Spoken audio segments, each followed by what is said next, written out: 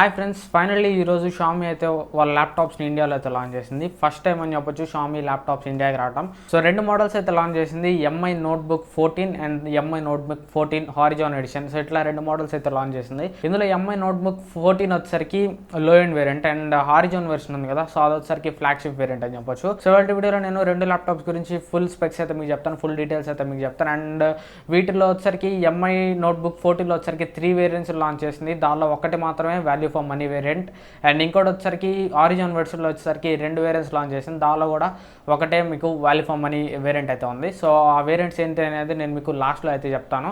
So రెండు value for money variants అయితే. So వీడియోని అయితే లాస్ట్ వరకు చూస్తూ ఉండండి. వీడియో నచ్చితే లైక్ చేయండి. Let's get started.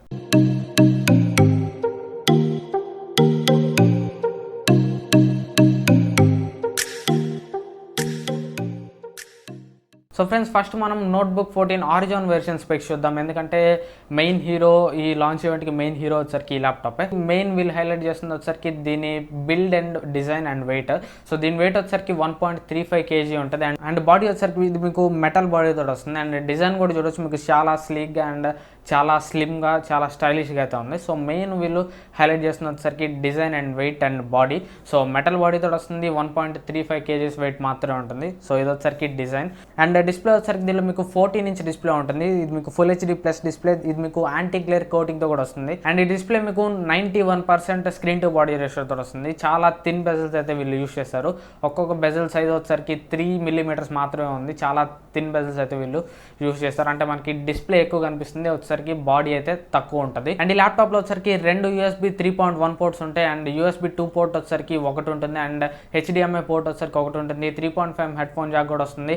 దీన్ని యూస్ చేసి మీరు హెడ్ ఫోన్ లాగా యూస్ చేసి అండ్ మైక్ లాగా కూడా ఈ 3.5 హెడ్ ఫోన్ జాక్ని అయితే యూస్ చేయొచ్చు. ఛార్జింగ్ వచ్చరికి మీకు టైప్ సి పోర్ట్ తోటి వస్తుంది. టైప్ సి పోర్ట్ యూస్ చేసి మీరు అయితే ఈ ల్యాప్టాప్కి అయితే ఛార్జింగ్ పెట్టచ్చు. అండ్ మీకు డబుల్ స్టీరియో స్పీకర్స్ తోటి వస్తుంది. ఈ ల్యాప్టాప్ స్టీరియో స్పీకర్స్ వచ్చరికి మీకు డౌన్ సైడ్లో అయితే ఉంటాయి. అండ్ దీనిలో వాడిన ప్రాసెసర్ వచ్చరికి ఈ ఆరిజిన్ వెర్షన్లో వచ్చరికి రెండు వేరియంట్స్ అని చెప్పాయి కదా, రెండు వేరియంట్స్లో రెండు ప్రాసెసర్స్ అయితే వాడారు. ఫస్ట్ లో ఎండ్ వేరియంట్లో వచ్చరికి i5 ప్రాసెసర్ వాడారు, i5 10th జనరేషన్ ప్రాసెసర్ వాడారు. అండ్ హై ఎండ్ వేరియంట్లో వచ్చరికి i7 10th జనరేషన్ ప్రాసెసర్ అయితే వాడారు. i7 ప్రాసెసర్ ఏదైతే ఉందో అది వచ్చరికి మీకు సింగిల్ కోర్లో 4.9 బూస్ట్ క్లాక్ స్పీడ్ ఉంటుంది అండ్ మల్టీ కోర్లో వచ్చరికి 4.3 GHz బూస్ట్ క్లాక్ స్పీడ్ అయితే ఉంటుంది. సో వీటి రెండింటిలో చూసుకుంటే హై ఎండ్ మోడల్లో ఉన్న ప్రాసెసర్స్ వీళ్ళైతే కొంచెం క్లాక్ స్పీడ్ అయితే పెంచారు, బూస్ట్ క్లాక్ స్పీడ్ అయితే వీళ్ళకైతే ఇచ్చారు. సో ఇది రెండిట్లో వాడిన ప్రాసెస్ అయితే. అండ్ రెండిట్లో వచ్చరికి మీకు 8 GB ర్యామ్ మాత్రమే ఉంటుంది. సో రెండిట్లో మీకు 8 GB ర్యామ్ DDR4 ర్యామ్ ఉంటుంది అండ్ స్పీడ్ వచ్చరికి 2666 MHz అయితే ఉంటుంది. సో అంత హై స్పీడ్ ర్యామ్ అని కూడా చెప్పలేము, సో మిడిల్ ర్యామ్ అని చెప్పొచ్చు. హై స్పీడ్ ర్యామ్ అంటే 3000 MHz చేయాలి, కాకపోతే వీళ్ళు 2666 ఇచ్చారు.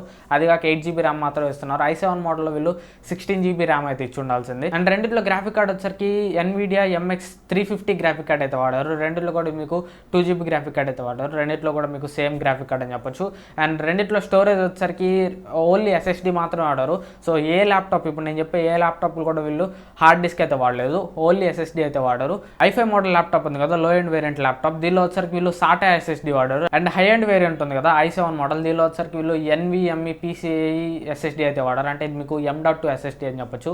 SATA SSD పోలిస్తే M.2 SSD అయితే చాలా ఫాస్ట్ ఉంటుంది మీకు. అండ్ రెండిట్లో వచ్చరికి మీకు 46 వాట్ అవర్ బ్యాటరీ ఉంటుంది. ఇవి రెండు కూడా మీకు 10 hours దాకా బ్యాటరీ బ్యాకప్ ఇస్తాయని చెప్తున్నారు. అండ్ ఇవి రెండు కూడా మీకు 65 వాట్ ఫాస్ట్ ఛార్జింగ్ అయితే సపోర్ట్ చేస్తాయి. ఫాస్ట్ ఛార్జర్ వీళ్ళు బాక్స్లోనే ప్రొవైడ్ చేస్తారు అనుకోండి.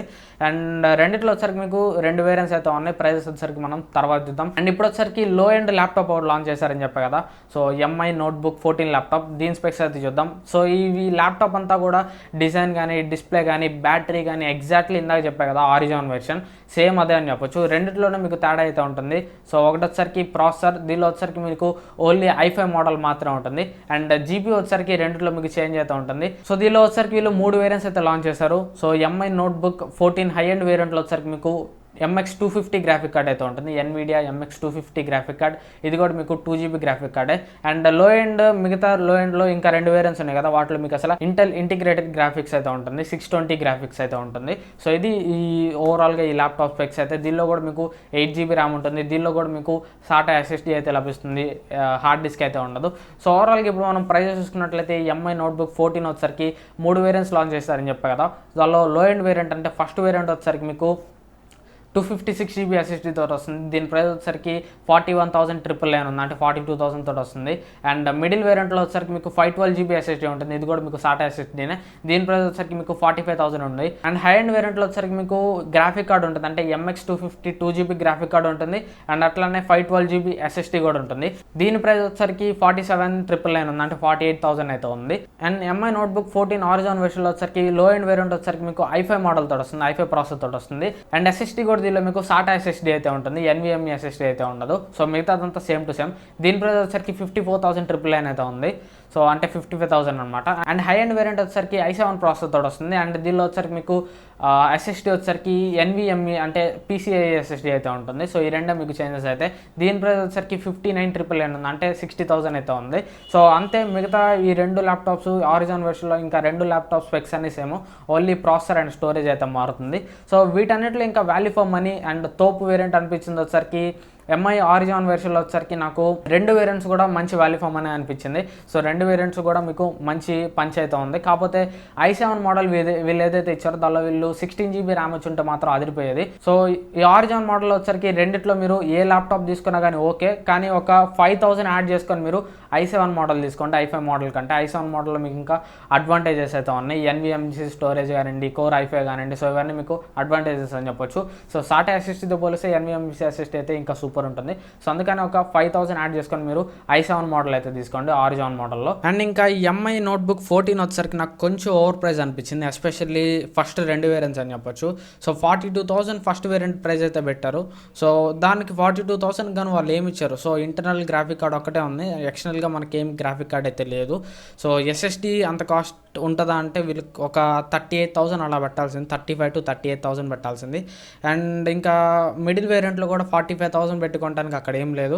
అండ్ ఇంకా హై అండ్ వేరియంట్ 48,000 పెట్టారు. హై అండ్ వేరియంట్ వచ్చేసరికి 45,000 పెడితే కరెక్ట్గా ఉండేది అనిపించింది నాకైతే.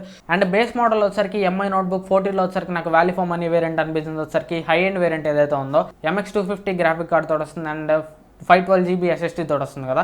సో అదొకసారి నాకు మంచి వాల్యూ ఫర్ మనీ వేరియంట్ అనిపించింది, ఎందుకంటే మనం 42,000 అండ్ 45,000 పెడుతున్నప్పుడు మనకి డెడికేటెడ్ గ్రాఫిక్ కార్డ్ లేదు కాబట్టి మీరు బెటర్ ఈ రెండు వేరియంట్స్ని 42,000 వేరియంట్ అండ్ 45,000 వేరియంట్ని స్కిప్ చేసి మీరు 48,000కి ఏదైతే డెడికేటెడ్ గ్రాఫిక్ కార్డ్ తోటి అండ్ 512 GB SSD తోటి ఉందో సో ఆ ల్యాప్టాప్ని తీసుకోవడం అయితే బెటర్. ఆరిజిన్ వెర్షన్లో వచ్చేసరికి మీరు రెండిట్లో ఏదైనా తీసుకోవచ్చు, కానీ బెటర్ మీరు ఒక 5,000 యాడ్ చేసుకొని i7 మోడల్కి అయితే వెళ్ళండి. రెండు కూడా మీకు మంచి ల్యాప్టాప్స్, ఆరిజిన్ వెర్షన్లో ఏది తీసుకున్నా కానీ మీకైతే పర్లేదు. కాకపోతే మీకు కొంచెం బెటర్ పర్ఫార్మెన్స్ కావాలంటే i7 మోడల్కి అయితే వెళ్ళండి. అండ్ ఈ రెండు మోడల్స్ ల్యాప్టాప్స్లో కూడా మీరు HDFC debit and credit card use చేస్తే మీరు ఫస్ట్ సేల్లో మీకు 2,000 రూపీస్ ఆఫర్ అయితే లభిస్తుంది.